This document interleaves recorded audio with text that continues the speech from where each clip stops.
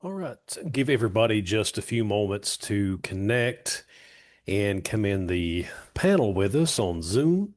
We would invite you, if you're interested, you'd like to be in our Zoom community when we do this live, that you can go ahead and look to the link that we had posted earlier, and we can make sure that you get on with us and part of our online live community each week that we do this. We'll go ahead and get started. Looks like it is time. And of course, this is a 8-week series we're doing on finding healing through the Lord of the Rings as narrative therapy.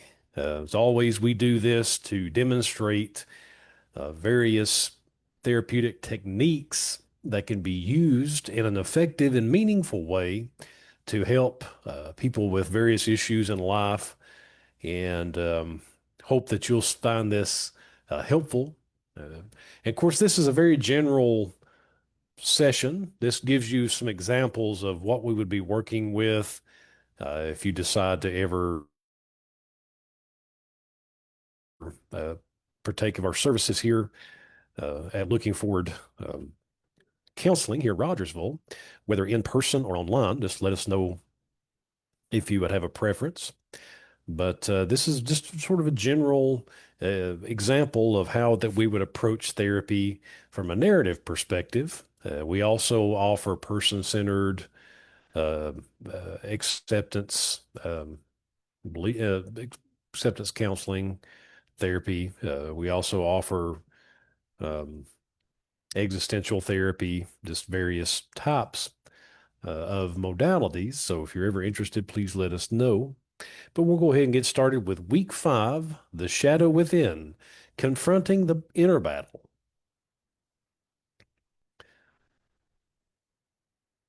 Now, last week, of course, we'll talk about just week 4 recap.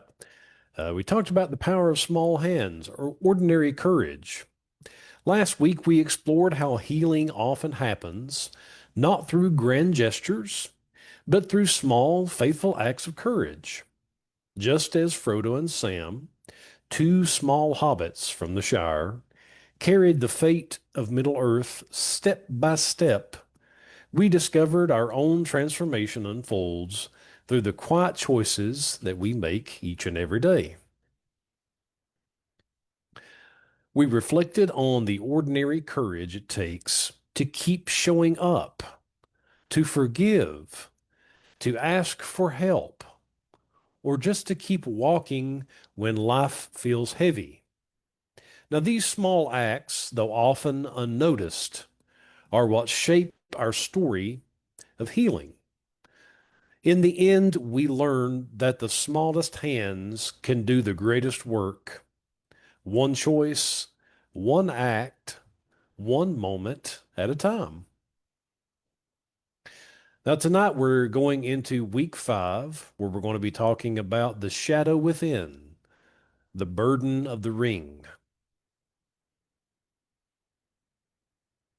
Our theme is basically this week, we'll explore the inner struggles that every person faces with temptation, despair, anger, shame, and the ongoing battle between light and darkness within the self. Now, just as Frodo wrestles with the power of the ring at the crossroads of Mordor, we're invited to recognize that our deepest battles are often internal. The ring itself represents the parts of ourselves that whisper lies, feed fear, and wear heavily on our spirit. Now, our objectives tonight will cover first, we want to recognize the inner struggle. We're going to invite participants, you that are listening and you that are with us on the Zoom. Participants will identify the personal ring that they carry, the thoughts, the emotions, or temptations that create internal conflict, such as shame, anger, fear, or despair. Secondly, we're going to externalize the burden. Through narrative therapy, participants will learn to separate their identity from their struggle, understanding that the ring is not you. This helps create emotional distance and opens the door for healing and self-compassion. Thirdly, we're going to reclaim agency and choice. Participants will practice responding to their ring with awareness rather than surrender, choosing light over shadow, and recognizing their power to resist destructive thoughts or patterns. Now let's get into our framing focus tonight. At the crossroads of Mordor, and this is, of course, from the story from The Lord of the Rings, Frodo Baggins stands on the edge of exhaustion. The burden of the ring presses down on his body and spirit, heavier with every step. The landscape around him is barren, lifeless, and suffocating. The true battle is no longer with orcs or armies. It is within. Because the ring whispers lies to him, that he's weak, that the journey is hopeless, that surrender would bring relief. And yet, even here, in the heart of darkness, Frodo still resists. The ring's voice grows stronger, but so does something else. The quiet strength of his own will and the steady love of his companion Sam beside him. This moment is not just Frodo's struggle, it's ours. This is where we can take the story and understand how it carries over into something that we can learn.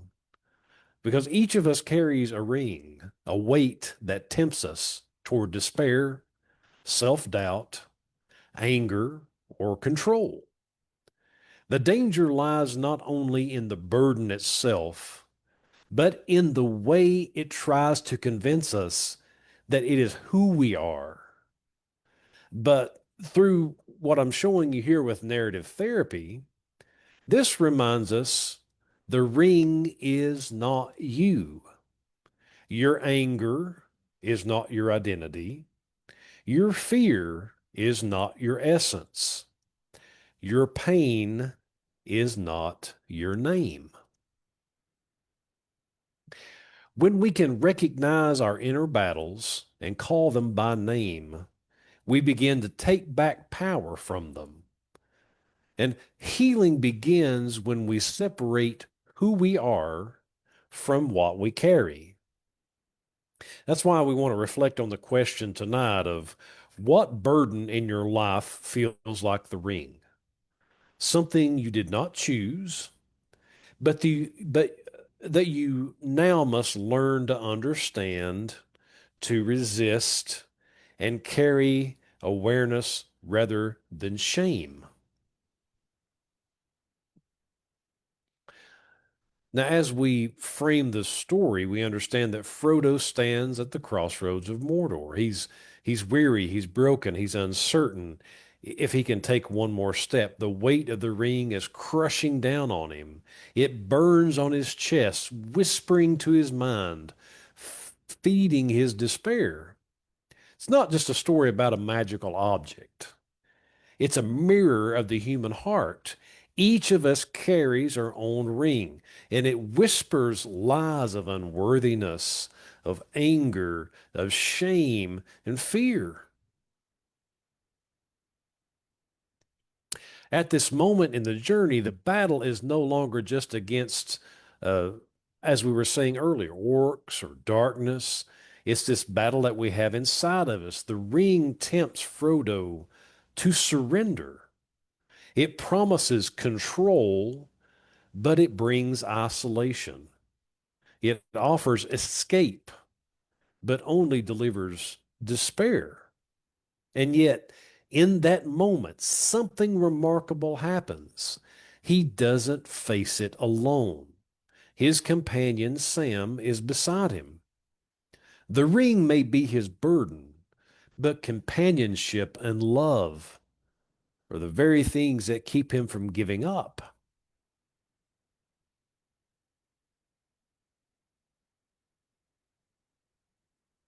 Here, as we reflect on this, we understand that healing rarely comes through grand gestures. It unfolds through the quiet courage of these small, faithful acts that we've talked about. This bridges what we talked about last week to what we're talking about today, where we're not giving up. We're choosing hope and kindness and persistence. And again, Sam tells him, I can't carry it for you, but I can carry you. And that's what we always have to remember as we look at the fact that we're not alone. So, in narrative therapy, we often talk about externalizing the problem, learning to see the issue as something separate from your identity. So, understanding this, we know that Frodo is not the ring. You are not your depression. You are not your addiction, your anger, your trauma, or your past mistakes. It's understanding that we can make bad choices in our lives, but that doesn't mean that you're necessarily a bad person. That just means you've made bad choices.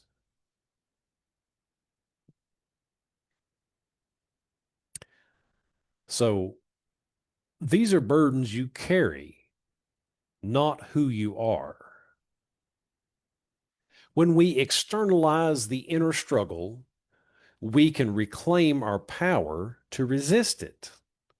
We can name it, speak to it, and decide how we can relate to it rather than let it define our worth.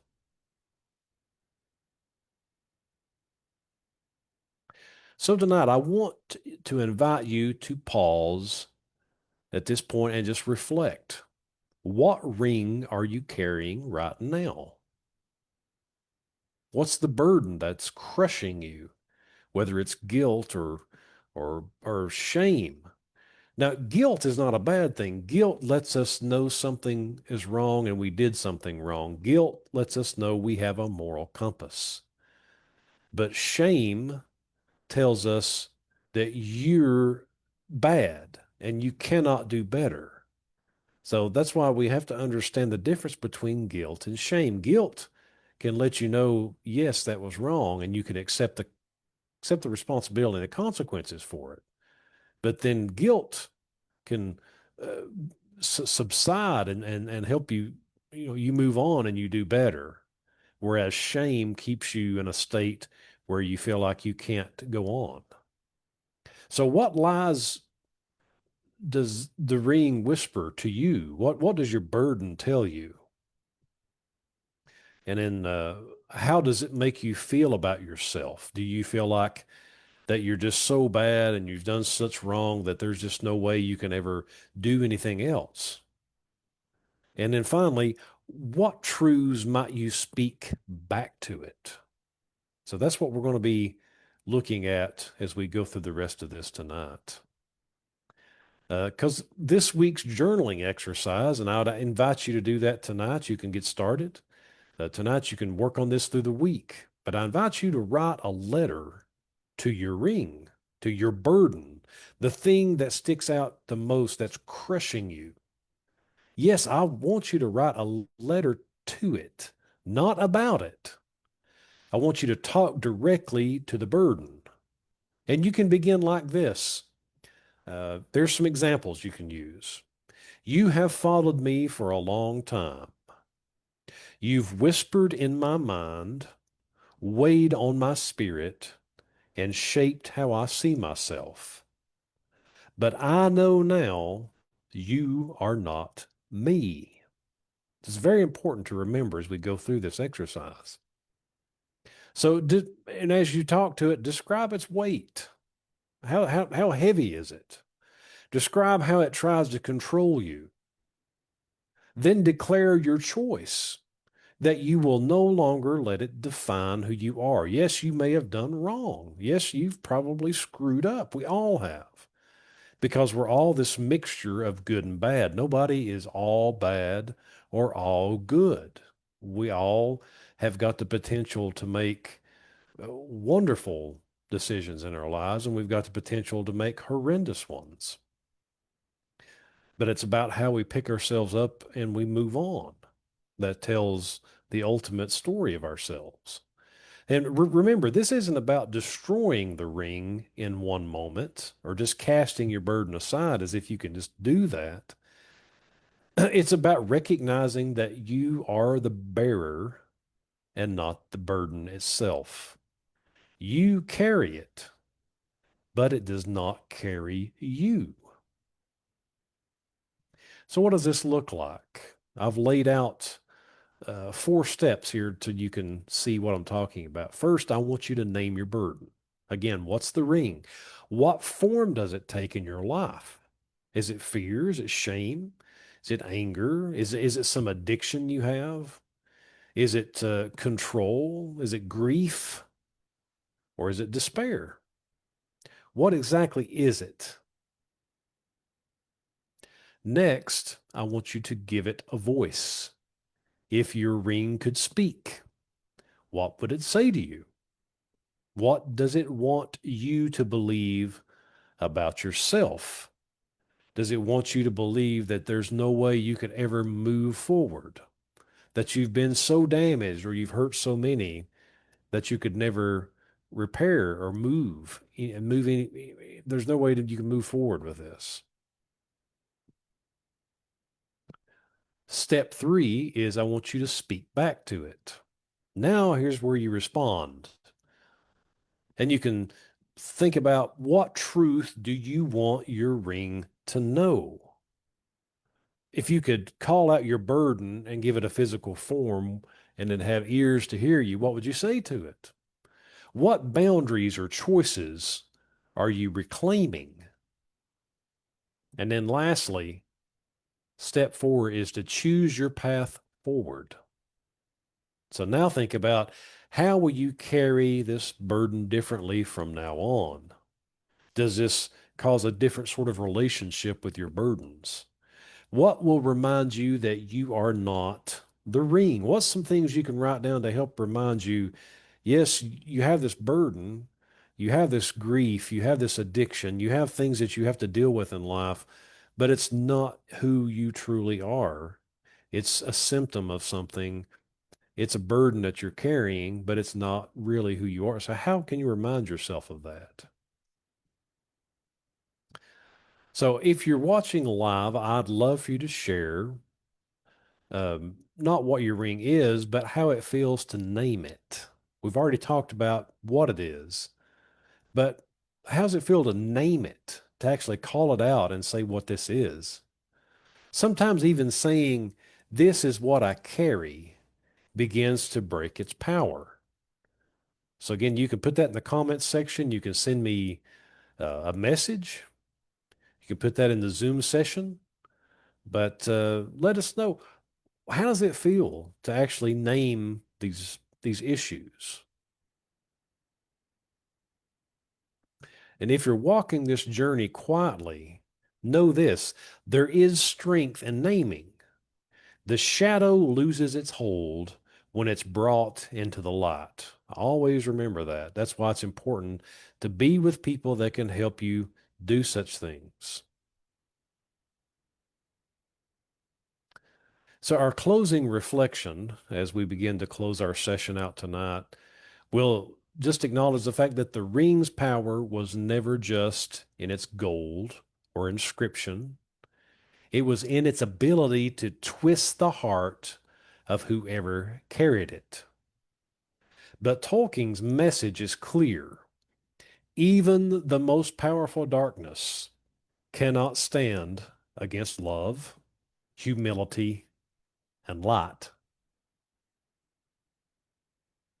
This week, I hope that you'll remember your ring is not your identity. It's a burden you carry, and one day you'll lay it down. Until then, Keep walking. Keep choosing truth over despair. Because ultimately, healing begins not when the shadow disappears, but when you realize you are stronger than it. So, what's our takeaways tonight from week 5? Week 5 invites us to face the inner battles that weigh on the soul, the fears, the anger, the shame, and despair that whisper lies and drain our strength. But like Frodo at the crossroads of Mordor, we learn that the true struggle is not against darkness around us, but it's against the shadow that's in us. Through narrative therapy, we discover that our burdens do not define us. The ring is not you. By naming these inner struggles and externalizing them, we reclaim the power to carry them with awareness and compassion instead of shame. Healing begins when we recognize that we are the bearer, not the burden, and that even in shadow, the light within endures. I want to thank you for joining me and invite you for week 6 of Finding Healing Through the Lord of the Rings next Sunday at 7 p.m. Eastern Standard Time here on Facebook Live. But you're welcome to go back and listen to our sessions on YouTube. I have those links available. But next week, we're going to move into week 6 that's titled Hope Beyond Despair, the Light in Darkness. So until then, may you walk with courage. May the burdens you carry never make you forget the strength that is already within you. So I hope you all have a great week.